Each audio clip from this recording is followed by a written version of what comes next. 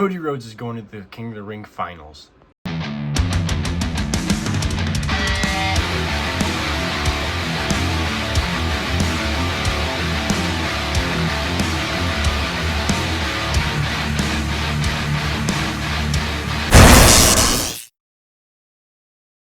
What's up, JW here? Today we have the WWE Weekly Set review of Monday Night Raw.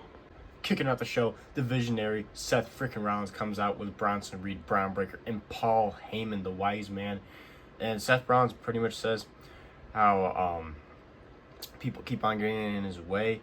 The crowd, and he goes, "You guys are pathetic. He goes, you guys can't make up your mind." He goes, "1 second you're cheating on other people, sometimes you're singing my song," and he's just going back and forth. He's Mr. Money in the Bank. He runs the show. He's just trying to help people. Like, he's trying to make the future of the WWE Bronson Reed and Braun Breaker. And then he was rudely interrupted by Penta, because Penta was going to be going one-on-one with Braun Breaker. Braun Breaker and Penta went one-on-one in a match. This match actually was pretty good to start off the show. Penta always doing his crazy flippy stuff. Braun Breaker always running around like top speed and taking people out. But Penta went to do a flip off the middle rope, spun, turned around and was caught midair by a spear by Braun Breaker. Absolutely insane. Flipping Penta right inside out by Braun Breaker. Braun Breaker pins in 1, 2, 3. Braun Breaker wins. And then Seth Rollins, Bronson Reed, Braun Breaker, and Paul Heyman walk out. Before that, Seth Rollins goes up to Penta. He goes, "This is your last warning.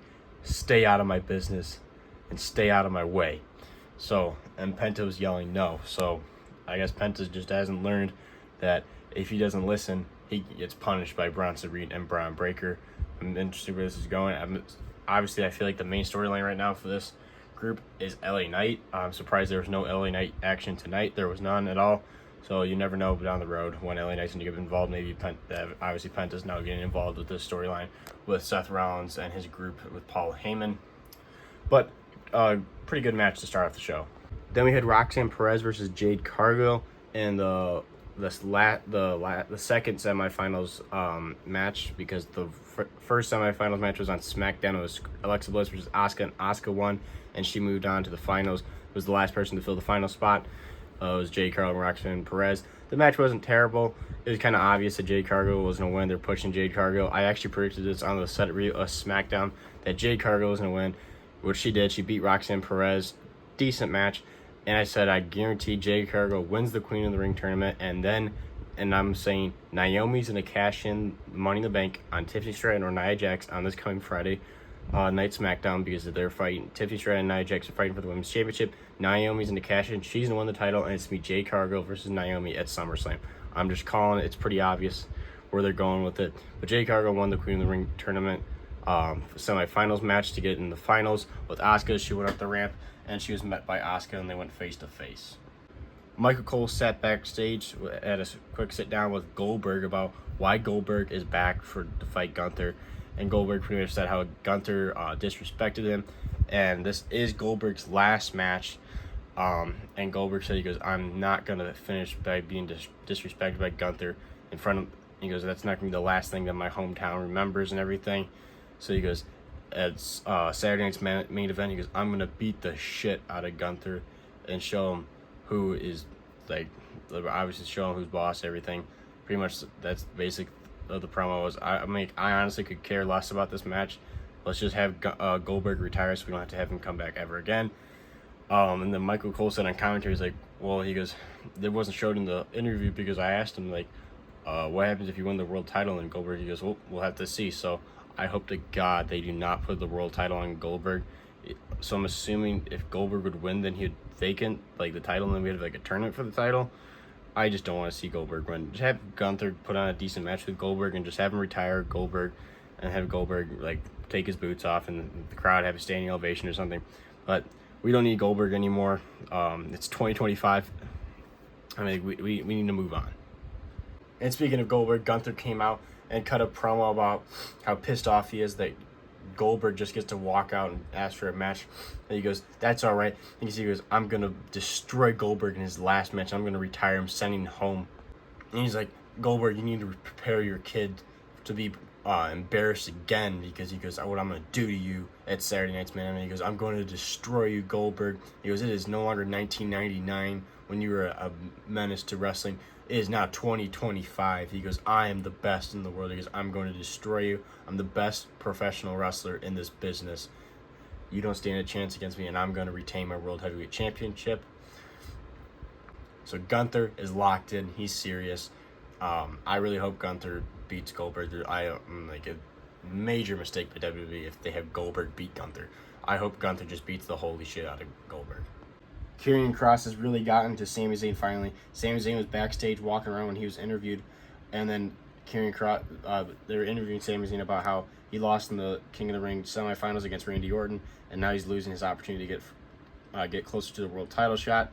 And Karrion Kross is like, I told you, blah, blah, blah. And then Sami Zayn had enough with him, punched him in the face, and Karrion Kross started laughing. But Sami Zayn, you got what you wanted, you and me, one-on-one.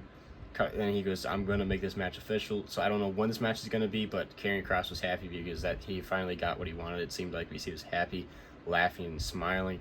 So down the road, either next Monday Night Raw, I don't know when they're going to announce when it's going to be, Sami Zayn versus Karrion Kross down the road. Then Becky Lynch defended the Women's Intercontinental Championship against Bayley. Decent match going back and forth and everything. It looked like Bayley was going to win, and Becky Lynch ended up taking advantage of her. When Lila Valkyria out of nowhere attacked Becky Lynch mid-match, Bayley had it. She was on the top rope, about to hit, I think it was on her elbow drop onto Becky Lynch, and Lila Valkyria attacked Becky Lynch, causing disqualification, giving the win to Becky Lynch. Bayley was pissed. She's like, what are you doing? This is my opportunity. This is my match. So obviously now there's beef between Bayley and Lila Valkyria. I'm assuming this is honestly going to lead down to the road to either a triple threat at SummerSlam or Lila Valkyria maybe turning heel. I don't know where this is actually going, honestly. I'm assuming we've already had Becky Lynch and Lila Valkyria twice. Maybe Bayley or Lila Valkyria beats Becky Lynch for the title, and then Lila Valkyria and Bayley fight down the road for their Intercontinental title. I don't know where this is going. I have no interest in it. Becky Lynch is boring. Honestly, Bayley's character is boring, and Lila Valkyria is okay. But yeah, no, I have really no interest in this storyline, so I really don't care where they go with it. But it was okay. I don't understand where they're going with it, but whatever. Then Raquel Rodriguez came out and was talking how it's all Rhea Ripley's fault that she's not in the Queen of the Ring tournament because she screwed her over. And now that Liv Morgan's out, it's all Rhea Ripley's fault and everything, even though Rhea Ripley wasn't the one that injured her. Rhea Ripley comes down. They start brawling around outside of the ring and everything. And then Rhea Ripley sets up a table. She was about to put Raquel Rodriguez through the table when Roxanne Perez jumps on the back of Rhea Ripley, taking out Rhea Ripley for a little bit. But Rhea Ripley takes out Roxanne Perez. She turns around and Raquel Rodriguez picks up Rhea Ripley and puts her through the table. Raquel Rodriguez and Roxanne Perez stand tall. So I'm not quite sure where they're going to go with the tag titles, because they did announce also that Liv Morgan is going to be out for a while because she did dislocate her shoulder and she's going to need surgery.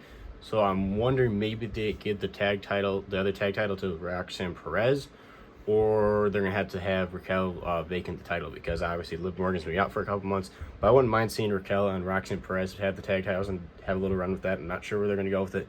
But Rhea Ripley got taken out by Raquel Rodriguez and Roxanne Perez.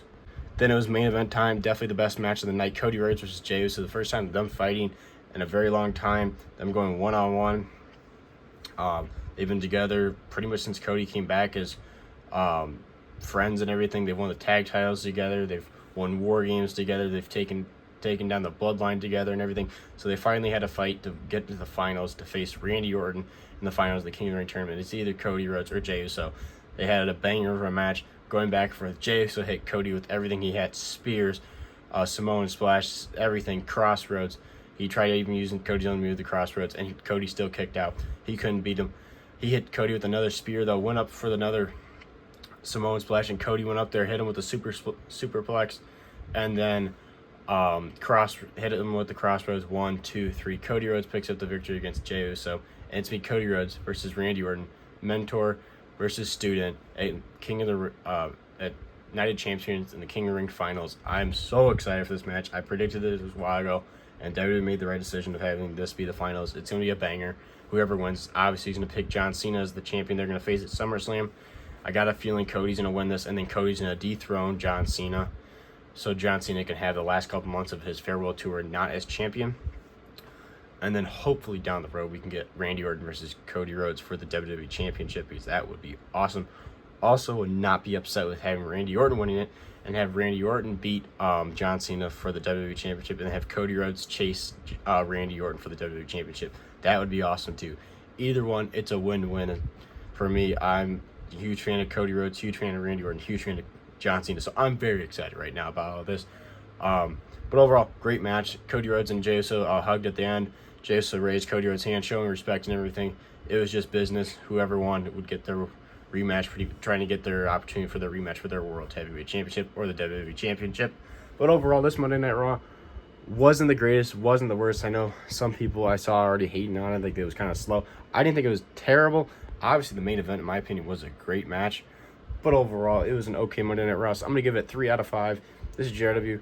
Make sure to like, subscribe, and stay tuned for more wrestling figure content. We've been posting a lot so far this summer. Been trying to pump out the content. I know the views haven't been the greatest. I've noticed the views haven't been as greatest because I've been posting a lot of things. Make sure to watch the videos. We've been posting some great content. Stay tuned for everything. This is JRW. Make sure to like, subscribe, and I'll see you guys in the next one.